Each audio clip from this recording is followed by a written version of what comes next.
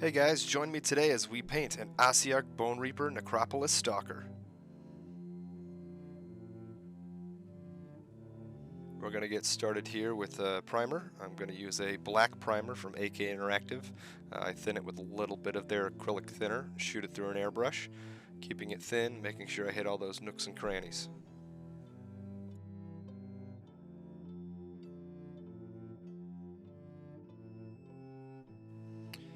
Next up, we are going to apply a zenithal highlight from the top down using Liquitex white ink.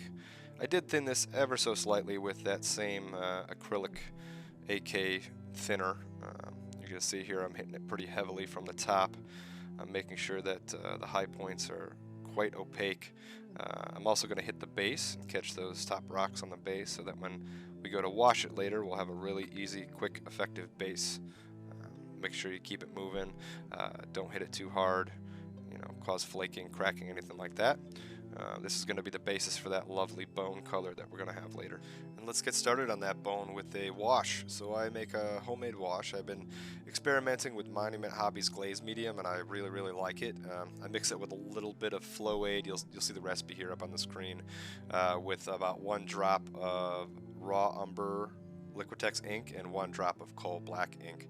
Now, one thing I did run into here was I did get a little bit of reactivation of that white ink that was underneath. I think I just didn't wait long enough, before I moved on to the wash step. Sometimes I get a little impatient. I don't really have a ton of time to paint, as many of you out there probably can relate. So I really try and keep things moving, and that's why I would probably varnish in the future, just to speed things up. If you want to call it a night after you do that zenithal highlight and just wait till the morning, you probably won't have an issue.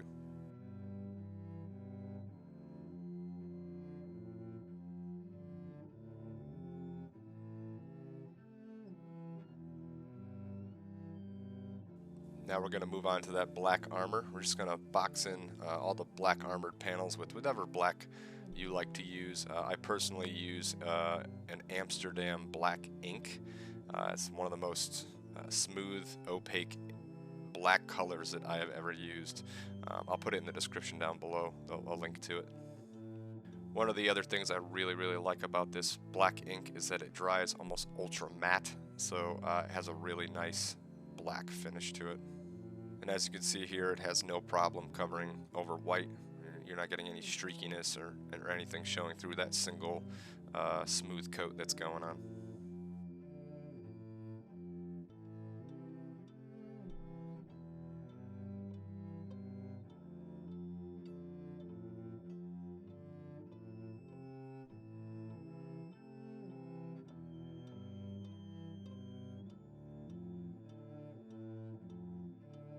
That black base coat done, let's move on to the purple.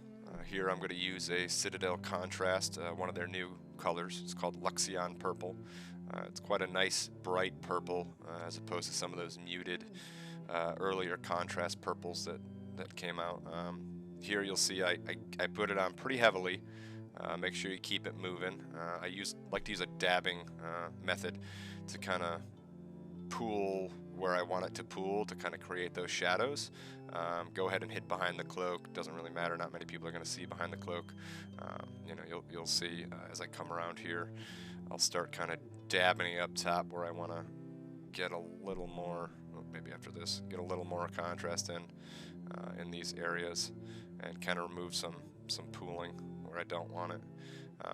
Yeah, and it's pretty easy color to work with. I actually quite like it. This is the first project I'm using it on.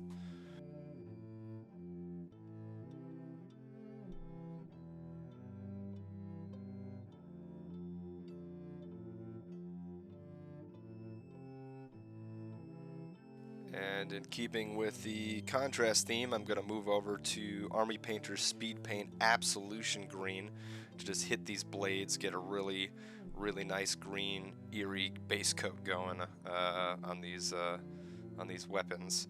You'll see here once again I'm using this kind of dabbing method, and as the paint settles, you'll see it kind of runs in and around the cracks and crevices on the blade. But if you want it to pool more in a certain area, you can dab it like you see me doing here to really concentrate it in that area, and then when you move away, it'll fill in those areas nicely. This is something I actually really like about Army Painter speed paints is, even though they do have you know, some issues with reactivation, which is apparently being taken care of with these new ones coming out, this is much smoother and easier to work with on flat surfaces than Contrast was. To be fair, I haven't really experimented a ton with the new Contrast, but it's because I've been using the speed paints a lot myself personally. So, but yeah, you'll see me here just slapping it on pretty heavy, moving it around until I get it to a you know, shade that I like, and then I'll just leave it alone, move on to the next step.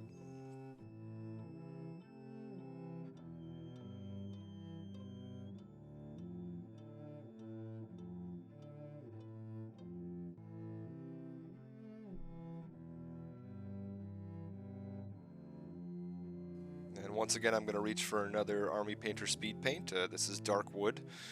This is how I do most of my brown bases. I'll just start with a simple coat of this dark wood all over this zenithal highlight of the white ink, and I'll just go around the base, making sure I hit all those cracks and crevices. You know, anything white will stick out quite starkly, and you just kind of hit those spots until everything is filled in. Very much so, you know, color in the lines here.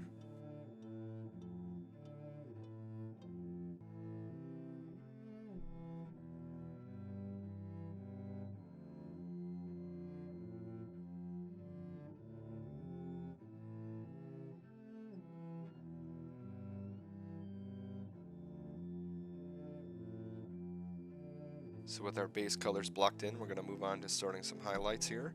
I'm going to start with the purple. As a disclaimer, I do hit all my models with a matte varnish before I start doing edge highlighting. I just find that it helps the paint stick a bit easier on these edges. You know, so I just used a matte varnish, and here I took a AK 3rd generation purple paint called Blue Violet. It matches the Luxion purple quite nicely, and I'm just hitting all those edges where the light would kind of naturally fall.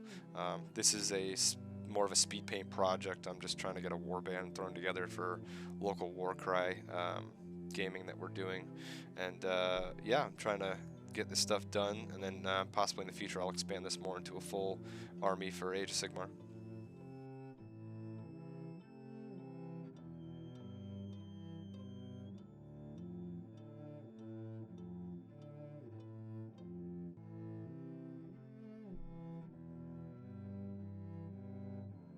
So we're going to move on to those blades. We're going to start working on those nice green fluorescent highlights by using white paint. I actually use a white ink here, the same one that I used to do the zenithal highlight.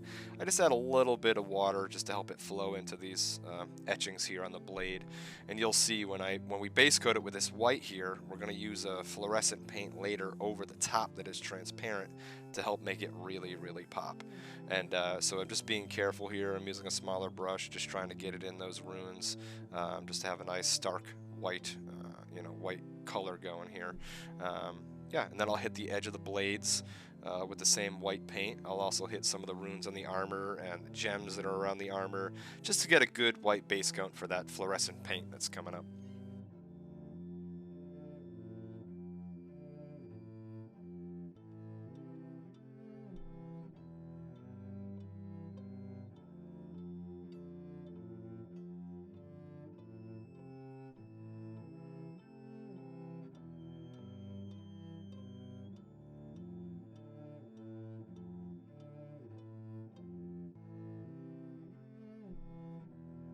Here comes the secret sauce. Real easy, nice, bright object source lighting effect by just taking some Liquitex fluorescent green ink. It's a transparent ink, and I'm just gonna blast it all over those blades. You'll really see it gives a nice vibrancy to that Absolution green from Army Painter, and the white is gonna turn into a very bright like source of light, right? So I'm gonna go around, I'm gonna hit all the gems, I'm gonna hit the armor up, drop it there, pick them back up. This is also why I varnish. I have some clumsy fingers while I'm painting. Yeah, so we'll get all that green going, and then we'll go back and make it pop one more time with a little bit more of white.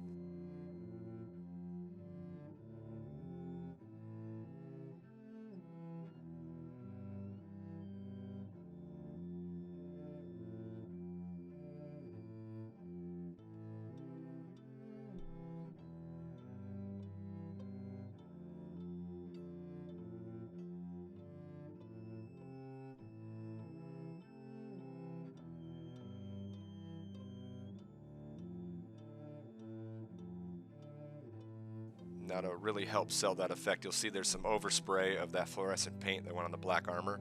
I'm just going to take some black paint and box it right back in. It's going to make that light source seem even brighter and really give you that wow factor that you're looking for here.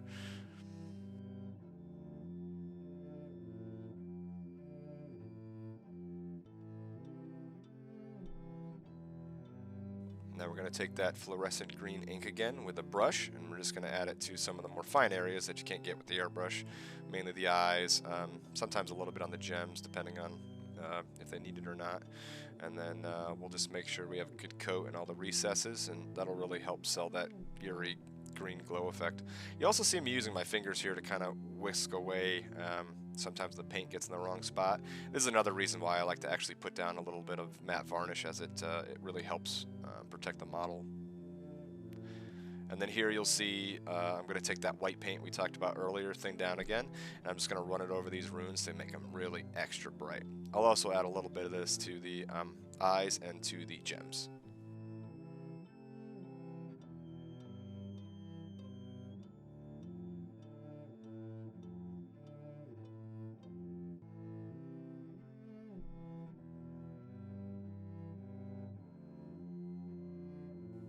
I'm also going to take a little bit of that white paint and just etch around that chest rune to kind of really make it pop a little bit more. It's just to help kind of box that glow in, as the glow really wouldn't necessarily go past the edge of the lip of that rune, but it helps sell the effect. Now we're going to do a little bit of work on the base. You'll see here I've already done the rim in black, and I'm taking an AK 3rd generation paint here called Intermediate Blue. It's more of a gray with a little bit of blue mixed into it. I'm going to hit some of those bigger rocks to help break up some of that brown on the base. It'll go really well with the yellow tufts we're going to use later, and help tie those blades to the ground a little bit as well.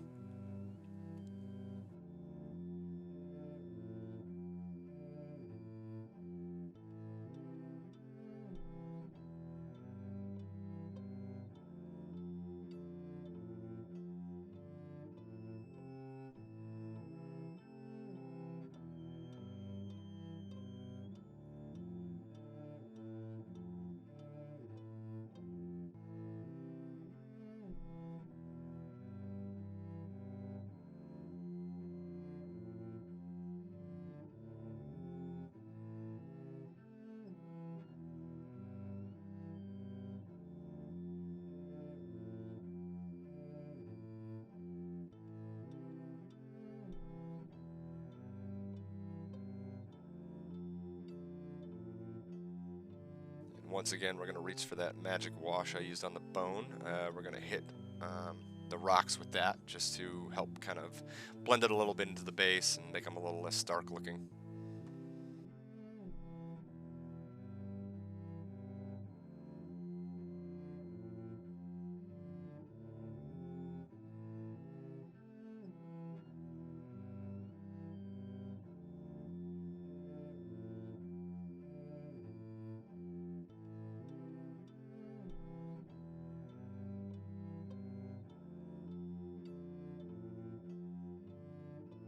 Now we're going to finish up that armor by taking a little bit of Vallejo Model Air Metallic Steel, one of my favorite steel colors.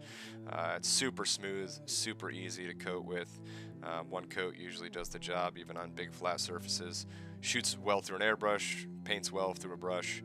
I'm just going to take it here and chip a little bit of these armor edges to simulate the highlights. Yeah, block the camera here with the basing. Sorry guys, we're still learning this a little bit, but you'll see here I'm just catching those edges, just making it look like the armor is a little chipped, a little worn, bring a little character to that area on the model that otherwise looks pretty plain.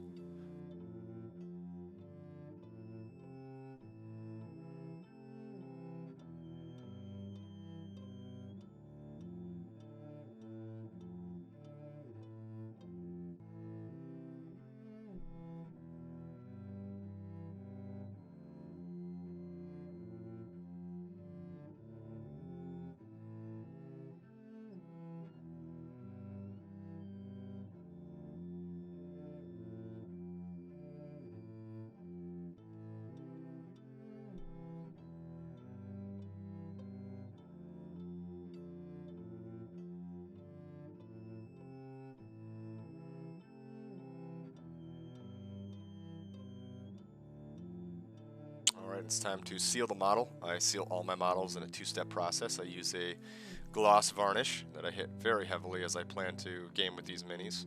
I also find that it actually helps unify some of the colors and really brings the scheme together. One of my secrets is coming up next. It's actually the matte varnish I use. A lot of people ask me how I get my miniatures to look so smooth, and this matte varnish is by far one of the secrets that I swear by. It is a varnish from Poland, actually.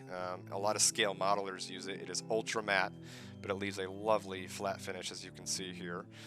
It is called VMS Matte Varnish, and it is amazing. I'll be putting links down below to it as well.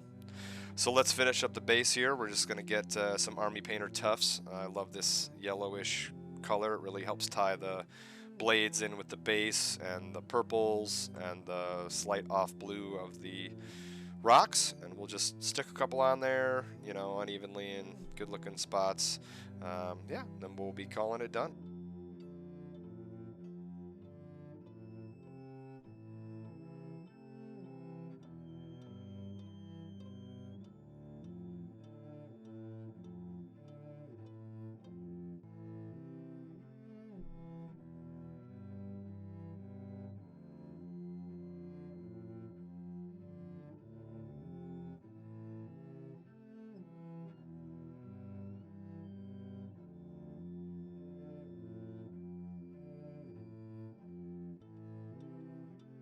Here he is in all his finished eerie undead glory.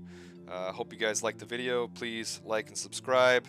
Click that bell and let me know what you want to see.